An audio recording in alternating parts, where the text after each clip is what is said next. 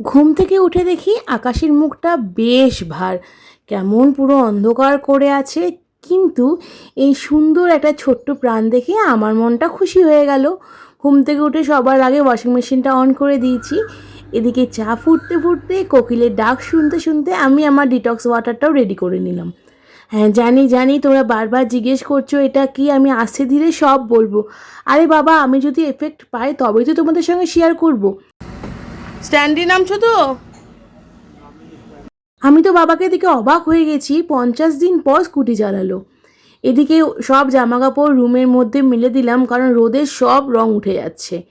9:56, মানে প্রায় 10টা বাজছে। ব্রেকফাস্টে আজকে খেয়েছি শুধু তরমুজ, কারণ আমাদের একটু বেরোতে হবে।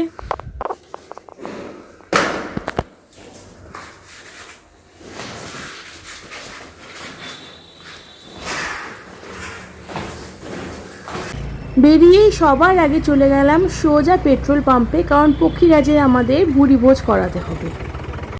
আমরা এখন গেটিস্টার্নে এসেছি। 2 বছর আগে এসি কিনেছি, আর যখন কিনেছিলাম 1 বছরে তো সার্ভিসিং ফ্রি দেয়, আমরা আরও এক্সটেন্ড করে টাকা দিয়ে 5 বছর এক্সট্রা করেছিলাম। সার্ভিসিংয়ে কোনো নামই নেই, ফোন করলে ওরা বলছে গেটিস্টার্নে কথা বলতে, গেটিস্টার্ন থেকে বলছে যে সার্ভিসিং সেন্টারে কল করতে। এখন বাবাই গেছে ভেতরে কথা বলতে। তোমরা হয়তো বেশ কয়েকদিন ধরে দেখছো আমরা একবার মোড়ে যাচ্ছি, একবার আরামবাগ যাচ্ছি, কোনো স্টেশনারি শপে যাচ্ছি। তার কারণ তোমরা খুব তাড়াতাড়ি জানতে পারবে, আর বলবো, সবই তোমাদের বলবো। তারপর চলে আসি বাজারে। বাজার থেকে একটা তরমুজ কিনে আমরা সোজা আসি বাড়িতে। দুপুরে আজকে লাঞ্চে ছিল সব রকম সবজি দিয়ে একটা মাখা মাখা তরকারি, ডিম সেদ্ধ আর রায়তা। তবে হ্যাঁ, আম দিয়ে টক ডাল কিছুতেই মিস করবো না। এখন বাজছে সন্ধ্যে 7:30। 8টার সময় আমরা লাইভ আসবো। আমরা ট্রাভেল ব্লগ করি, তার একটা ইউটিউব চ্যানেল আছে, নাম ভ্রমণ জুটি।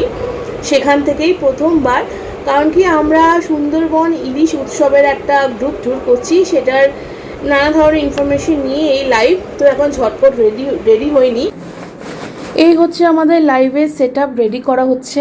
চলো আজ তাহলে এই পর্যন্তই, কাল আবার দেখা হচ্ছে। Good night, tata, by.